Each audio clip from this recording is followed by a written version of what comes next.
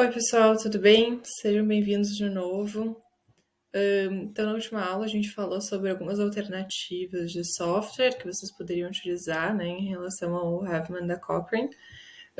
E hoje eu queria falar um pouquinho sobre algumas alternativas de análises que a gente faz normalmente depois da meta-análise principal.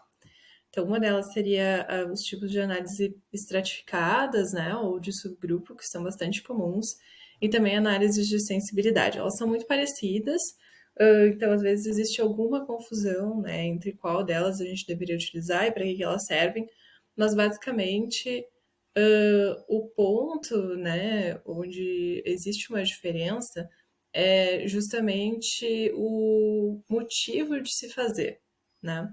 Então, para as análises estratificadas, a gente tem um objetivo e para as análises de sensibilidade a gente tem outro objetivo, certo? Então, mas por que a gente faz ambas, né? Porque a gente tem heterogeneidade dentro desses trabalhos que são incluídos numa revisão sistemática e vão para uma meta-análise.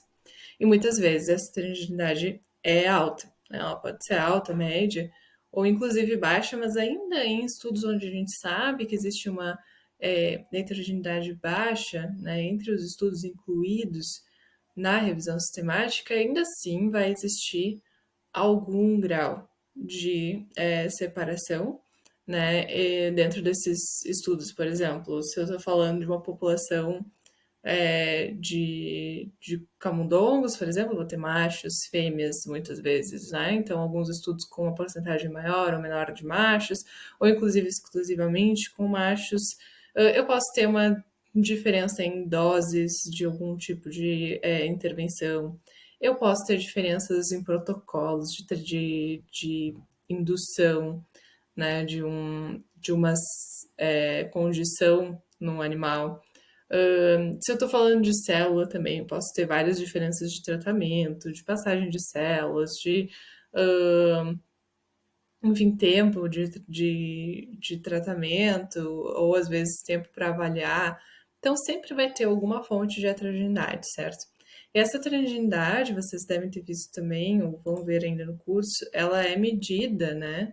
Pode ser medida de uma forma estatística, e aí tem várias formas de fazer isso, mas Cochrane Q é uma delas, o I-squared, né, o I quadrado, Q quadrado, tau squared. Todas essas possibilidades, né, elas deveriam medir a influência, né, que existe de heterogeneidade entre os estudos que foram incluídos na revisão sistemática. Mas o que fazer se essa heterogeneidade é moderada a alta, né? Então, normalmente, a gente já prevê algumas alternativas nesse sentido, né? Porque às vezes a gente sabe que, apesar. A gente tem que ter sempre uma ideia, né? Do que é realmente eu estar juntando o que a gente sempre fala, né? Entre juntar maçã e laranja, que são frutas diferentes, numa mesma análise, ou também aquilo que eu posso juntar, mas que eu sei que vai existir uma heterogeneidade intrínseca em relação a diversos fatores, tá? Então, muitas vezes a gente já sabe, a priori, alguns fatores que podem influenciar essa heterogeneidade. Então, algo bem comum, né, é sexo e idade de animais, ou no caso, células também, se provenientes de humanos ou não, né, todas as variáveis que, em geral, a gente vê como características de baseline, digamos assim, elas, normalmente, eu posso separar esses indivíduos em subgrupos, né? Então, isso é aí que está a análise de subgrupo. Esses subgrupos que eu tenho em mente a priori e que eu sei que provavelmente podem influenciar o resultado da minha meta-análise. Então, quando a gente faz a meta-análise, muitas vezes é possível que se faça, inclusive, no direto, né, uma meta-análise já de subgrupos, onde a gente vai separar, o exemplo aqui é de males versus females, né, então machos e fêmeas, e os estudos que incluíram, por exemplo, só, né, um desses grupos, aí a gente vê justamente o resultado, né, da meta-análise individualmente para fêmeas e machos, a gente vê que existe uma diferença, mas que ainda assim ambos estão para o mesmo lado, nesse exemplo aqui. E eu vou ter, claro, depois lá no final, eu poderia ter aqui também, nesse mesmo forest plot, o resultado de toda a meta-análise, né, incluindo machos e fêmeas. Então isso é bem interessante para que a gente tenha uma ideia de como que esses subgrupos estão influenciando. Uma das características, porém, é que como a meta-análise, né, em geral, essas sub-avaliações, elas também são meta-análises, então eu não posso fazer isso com um número muito pequeno de estudos. Então, em geral, vai ser esse número mínimo de 5 estudos, ou o que foi, o que for, na verdade, colocado no protocolo, né? Mas pensando justamente que isso é uma outra meta-análise. Então, é importante ter isso em mente, tanto na hora de interpretar, quanto na hora de desenhar o estudo de vocês. Bom, então aqui eu tenho um exemplo de um trabalho que a gente publicou em 2019, que é uma revisão sistemática e meta-análise dos efeitos comportamentais no metilfenidato no modelo animal de TDAH, ou enfim, um modelo hiperativo, que é o SHR. E aqui a gente tem a análise principal, vocês podem ver que a gente tem uma heterogeneidade razoavelmente alta, né? Onde não deu uma diferença entre hiperatividade, né? Digamos assim, depois da utilização do metilfenidato e depois da utilização de salina. Então, a gente não tem uma diferença entre o grupo tratado e o grupo controle. E a gente fez essa análise também, por exemplo, um dos subgrupos que a gente imaginava era o subgrupo de estudos que incluíram também fêmeas, porque é mais comum incluir machos. Então, a gente viu que aqui a heterogeneidade ela diminui, por exemplo, consideravelmente, mas o resultado não muda, né? Continua não significativo, então não é diferente. Essa é uma das análises que se pode fazer, né? A gente também viu nesse mesmo estudo que quando a gente estratificava para doses mais altas, mas aí a gente fez uma meta-regressão, que é uma das formas também que a gente pode explorar esse tipo de variáveis, e a gente viu que doses mais altas de metilfenidato, na verdade, induziam hiperatividade nesse modelo, que é uma das questões que a gente discute no trabalho. Mas basicamente todas essas ideias, né, que a gente tem a priori de variáveis que possam estar influenciando, em geral é uma ideia, é uma boa ideia que se faça uma análise de subgrupos quando a gente tem um tamanho amostral suficiente. E também se a gente tem um tamanho amostral suficiente como um todo, né, no mínimo 10 estudos numa meta-análise, a gente também pode trabalhar com meta-regressão, onde a gente pode incluir outras variáveis que não são só variáveis categóricas, que seriam divididas em subgrupos, né? Mas também variáveis contínuas. Então, se por acaso se tem realmente dados específicos, por exemplo, o peso dos animais, na idade especificamente, ou outras variáveis, a gente pode misturar elas em uma meta-regressão e fazer essa análise separada. Mas é sempre importante lembrar que uma meta-regressão ainda é uma regressão. Então, por isso, a gente precisa ter no mínimo 10 estudos, porque o nosso tamanho amostral, né, o nosso N, nesse caso, é o estudo, né, é o nosso indivíduo. Então, é bem importante que a gente pense nesse sentido do poder estatístico e do que realmente a gente pode concluir em relação a isso. E também, nesse mesmo sentido, ser razoável, né, no número de variáveis que a gente estiver incluindo nesse tipo de análise. E depois a gente tem as análises de sensibilidade, que a lógica é um pouco diferente, mas a metodologia é basicamente a mesma. A gente vai rodar novas meta-análises com subgrupos de estudos a partir da meta-análise principal. Mas aqui a grande diferença é, na análise de sensibilidade, eu não sei qual que é o meu fator influenciador, né, na heterogeneidade dos estudos. Então, basicamente, eu estou procurando saber se as decisões que eu fiz de inclusão de estudos, de análise, né, e de junção, por exemplo, de laranjas com laranjas, se elas foram realmente acertadas e se eu realmente não estou incluindo nada que não deveria estar ali.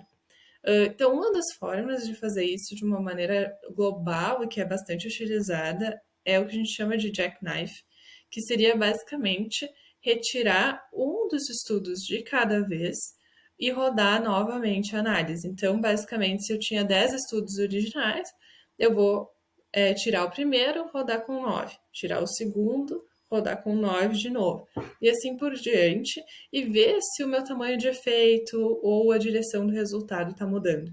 Porque se por acaso esse tamanho de efeito mudar expressivamente, ou se a direção dos meus resultados mudar, quando eu tirar apenas um estudo, quer dizer que aquele um estudo estava tendo um peso muito grande na análise, e aí eu tenho que realmente levantar uma pergunta se eu não tenho um viés, né? Porque pode acontecer daquele ser realmente o estudo muito melhor desenhado do que todos os outros, mas também pode ser que por algum viés intrínseco, né, ou de metodologia, eu tive um resultado que vai contrário daqueles outros estudos que eu incluí na meta-análise. Então, isso é uma das formas de se fazer. E também eu poderia, a partir do momento em que eu encontro, né, uma alta heterogeneidade, eu posso utilizar essa informação para tentar outras análises de sensibilidade, né? Então, por exemplo, vocês vão ver ou já viram também a questão do risco de viés, né? Então, a gente faz uma avaliação de risco de viés, eu posso fazer uma análise de sensibilidade em relação ao risco de viés, onde eu retiro da meta-análise aqueles estudos com uma pior colocação, né, que ficaram lá com high risk of bias, no risco de viés. Eu posso tirar uma porção, todos esses estudos, por exemplo, rodar a análise de novo e ver se tem alguma diferença, porque aí eu vou ter também uma comparação, né, dos, digamos, estudos com menos risco de viés contra os com mais risco de viés, e também eu posso levantar uma pergunta se por acaso esse resultado mudou, qual é a confiança, né, naquela minha análise inicial e como que eu posso discutir isso, tá?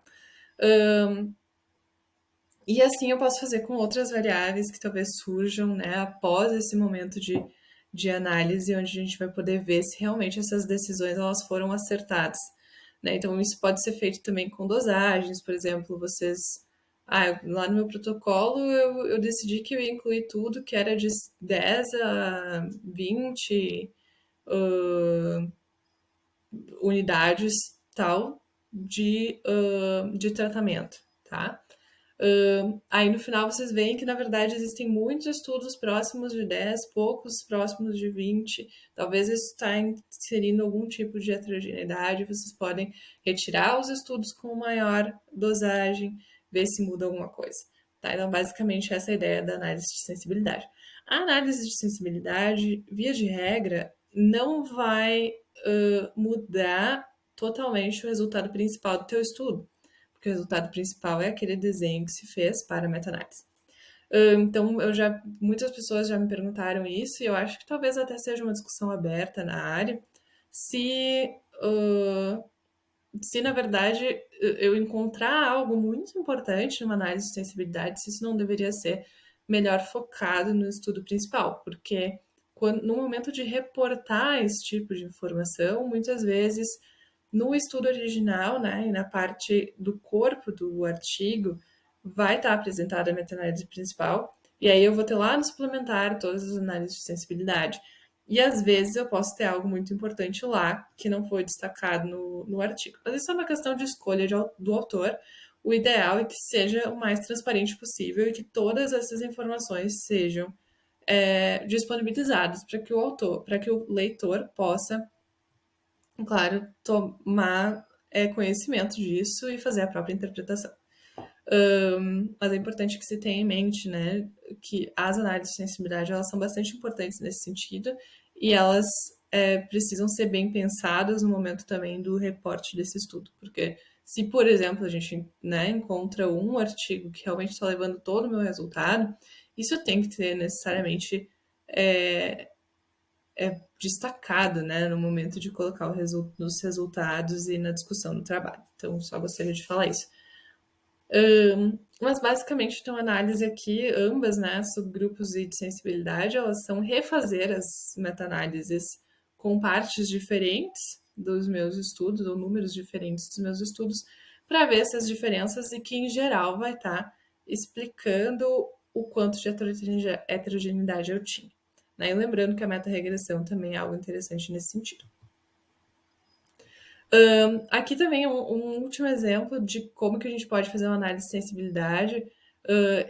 Nesse mesmo estudo que eu utilizei antes, a gente viu que tinha muitos estudos com um desenho de crossover, ao invés de ter realmente um grupo separado, um grupo controle com salina, por exemplo. Então, eles tinham animais que foram testados, por exemplo, para campo aberto, antes e depois de receberem metilfenidato.